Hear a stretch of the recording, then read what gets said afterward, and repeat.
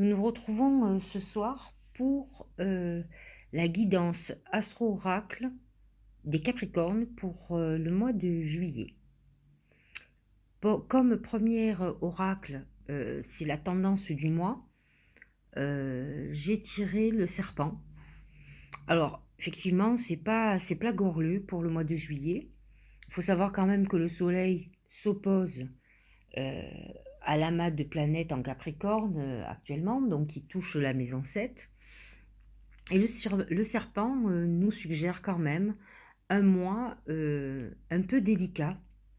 Le serpent, c'est l'ennemi. Ce n'est pas que ça, mais c'est l'ennemi, c'est les soucis de santé, c'est les trahisons, c'est les ragots, c'est les propos qui sont tenus en cachette contre nous. Ce sont les secrets révélés. Donc, ami Capricorne, il va falloir s'attendre à un mois qui risque de déménager, comme on dit. Soyez vigilants à votre santé. Vénus est en maison 6, dans votre maison 6. Ça peut amener un certain nombre de soucis au niveau gynécologique, bas-ventre, urinaire, voilà. Alors du coup, on va commencer à regarder chaque domaine et on va commencer par le domaine du travail et de l'argent. Et là, nous avons le djinn, arcane de l'oracle symbolique du mar de café. Si vous voulez, le djinn représente le diable dans le tarot de Marseille.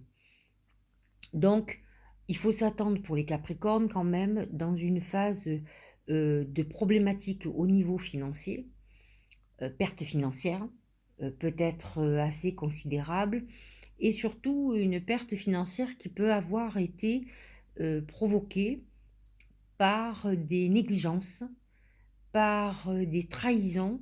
Alors donc attention aux associations. Mercure et le Soleil sont dans votre maison 7. C'est pas le mois pour faire des signatures. En plus, Mercure est rétrograde. Donc, même si vous désirez vous désassocier, soyez très vigilant à ce que vous devez signer. Le djinn représente le manipulateur, donc attention à tout ce qui est manipulation et problème avec des associés. Au niveau professionnel, on ne peut pas dire qu'on soit dans une période idyllique. On peut avoir affaire aussi, pour personnes qui sont employées, à des personnes un peu manipulatrices. On appelle ça des pervers narcissiques actuellement. C'est le mot à la mode. Et donc, on peut être sous la domination de quelqu'un qui abuse de son pouvoir. C'est l'abus de pouvoir, le djinn. Donc, attention, ce mois-ci, ça va être des affrontements et peut-être la révélation du pourquoi ça peut être très difficile pour vous. Voilà. Attention à vos finances aussi. Un mois un peu difficile à ce niveau-là. Amour, c'est l'aigle. Alors on est dans une période plutôt de sentiments qui s'accroissent et qui s'élèvent, hein, comme l'aigle. Ça peut être aussi une période où effectivement, attention, on est dans une phase où on n'a peut-être pas trop le temps de s'occuper de l'amour et on est plutôt préoccupé par ses ambitions, ce qui risque d'être un souci à un moment donné sur vos relations amoureuses. Euh, il va y avoir une nécessité de s'occuper de l'autre parce que, or, c'est ce que j'expliquais au tout début, avec une Vénus en maison 6, la maison 6 c'est entre autres, c'est la santé, mais c'est aussi le travail quotidien, donc nombre de Capricornes qui sont quand même un signe très ambitieux et assez bosseurs, risquent d'oublier un peu leur dulciné ou leur amoureux parce qu'ils sont concentrés beaucoup plus sur le travail que sur l'amour. Donc attention, cet aigle montre quand même qu'on est plutôt dans l'ambition que dans l'amour, ou alors on peut être intéressé par quelqu'un qui a un très haut poste, qui a une situation professionnelle et financière assez élevée. Et voilà, on recherche quand même un statut social, donc ce mois-ci, ça peut amener une rencontre de quelqu'un qui est au niveau de ce que l'on attend. Mais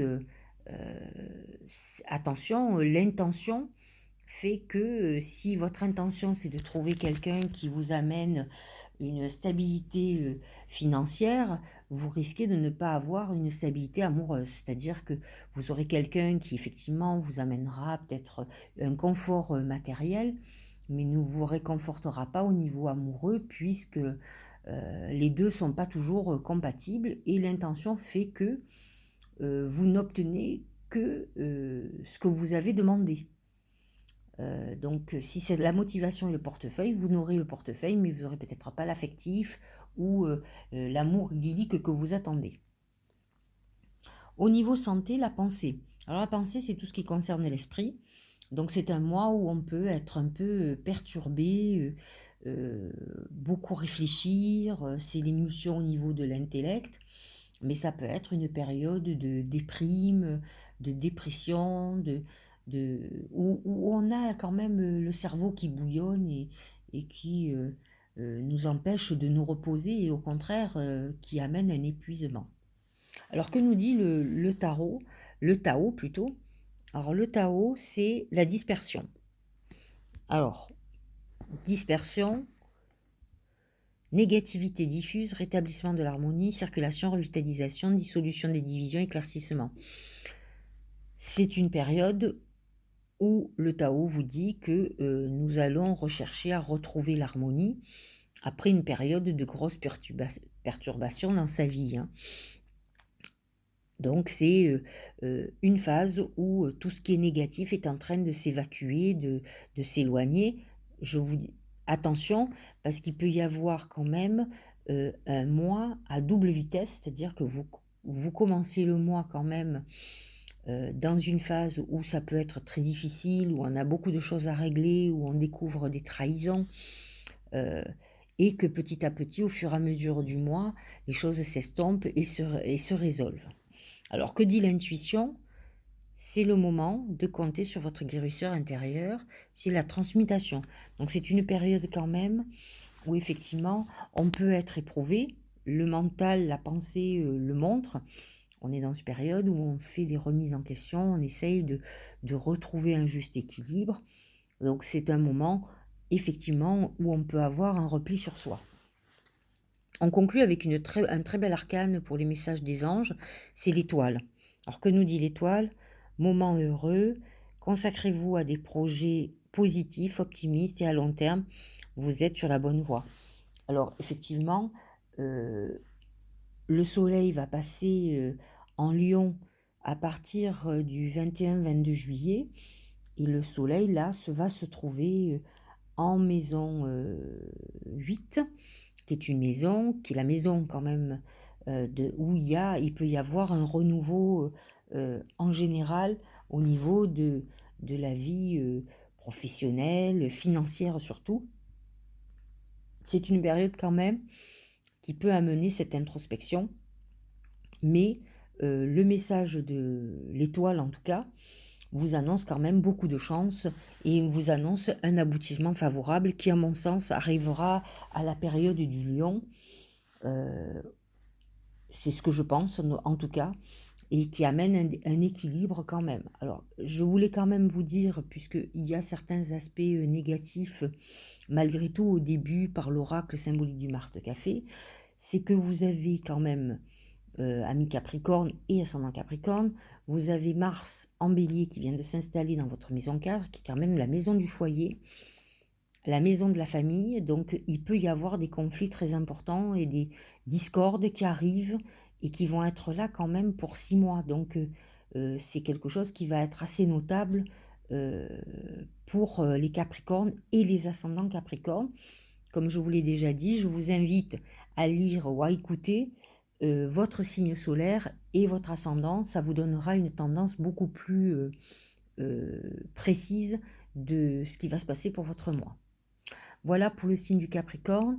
J'espère que ça vous a éclairé et que vous arriverez à vous apaiser, ou en tout cas à être assez vigilant sur toutes les trahisons et les dispersions que l'on a vues pour pouvoir bénéficier de cette période de chance qui ne demande qu'à s'épanouir. Je vous souhaite une bonne soirée et je vous dis, à très bientôt donc pour, le mois d'août pour les Capricornes.